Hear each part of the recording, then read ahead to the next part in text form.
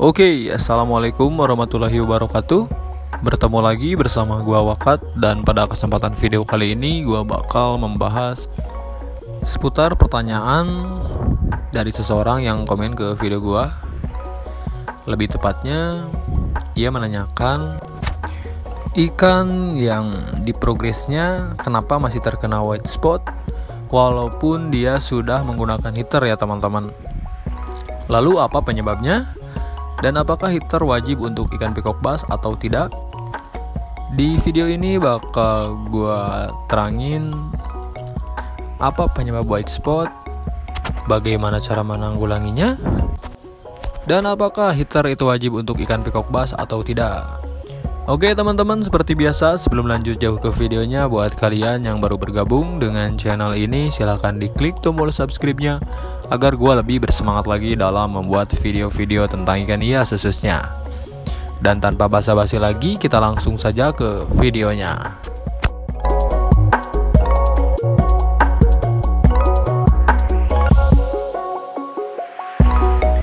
Jika kita berbicara mengenai white spot pada ikan peacock bass, tentu hal tersebut adalah salah satu hal yang biasa ya teman-teman.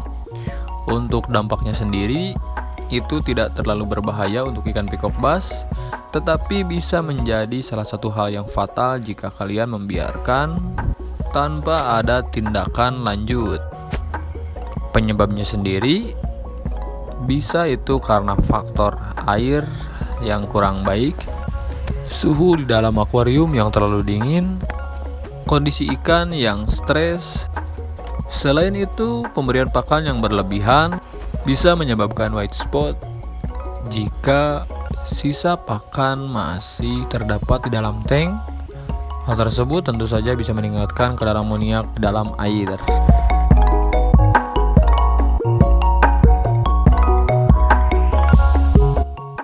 Di beberapa video gue sebelumnya sering banget ngejelasin bahwasanya ketika ikan bass terkena white spot, itu cara menanggulanginya kalian bisa menggunakan heater dan sering mengganti air ya teman-teman.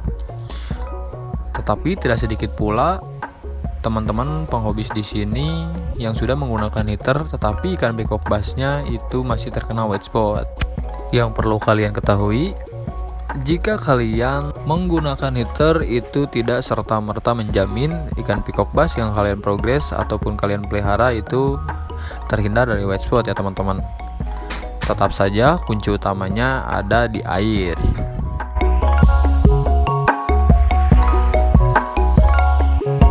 Yang dapat diartikan kalian harus sebaik mungkin memelihara air di dalam akuarium.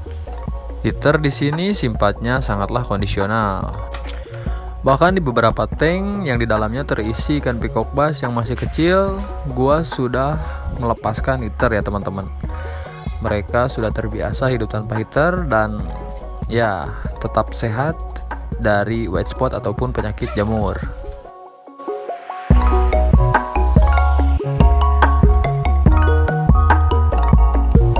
Gue akan sedikit membeberkan rahasia ataupun metode yang selama ini gue pakai ketika memprogres ikan peacock bass.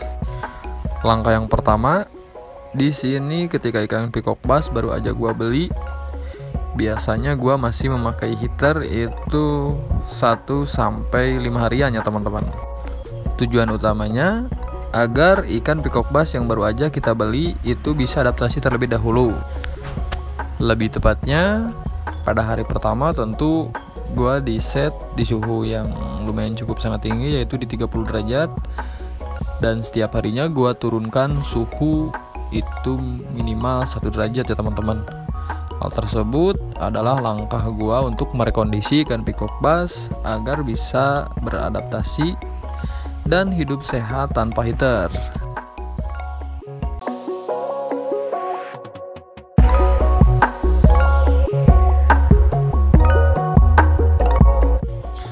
Dan pada hari kelima ataupun hari keenam gue biasanya langsung mencopot heater.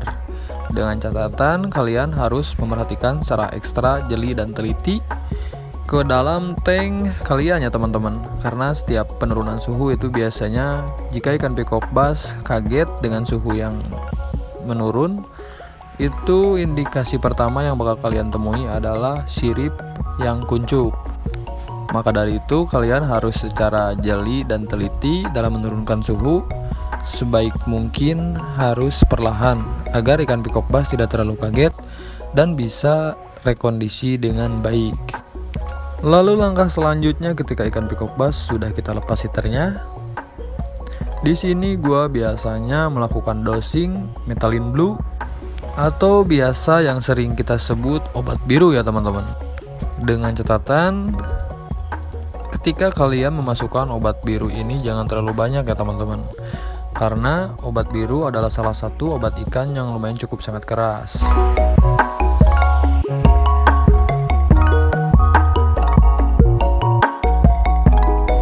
Gue selalu memasukkan obat biru ketika kegiatan water change atau mengganti air.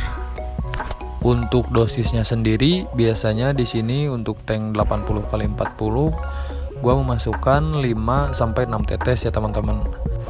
Hal tersebut merupakan langkah pencegahan terhadap penyakit jamur ataupun white spot. Karena dengan adanya obat biru di dalam air itu bisa membunuh bakteri membahayakan si ikan. Selain itu, equipment lain yang mungkin kalian membutuhkan adalah filtrasi yang baik. Dan di sini gue menggunakan filter talang, tentu saja dengan media bioring, biobol, dan karang jahe yang sudah mature. Tidak lupa untuk penggantian air di sini biasanya gue melakukan water change minimal 2 hari sekali dan paling maksimal itu 3 hari sekali ya teman-teman. Karena sifatnya di sini gue mempush ikan pibas agar cepat gede dengan pemberian pakan 3 kali sehari. Maka dari itu ikan peacock bass yang gue push dengan pakan yang lumayan cukup banyak pasti akan membuang kotoran yang lumayan cukup sangat banyak juga ya teman-teman.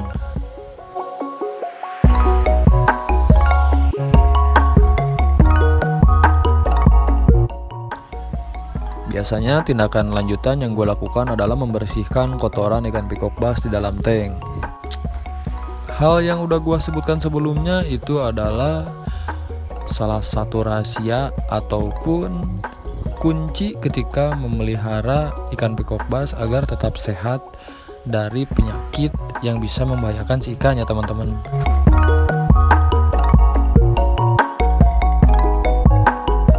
Oke, mungkin itu saja yang dapat gue sampaikan dalam video kali ini. Terima kasih buat kalian yang sudah menonton video ini sampai beres. Semoga bermanfaat dan sampai jumpa di video gue selanjutnya.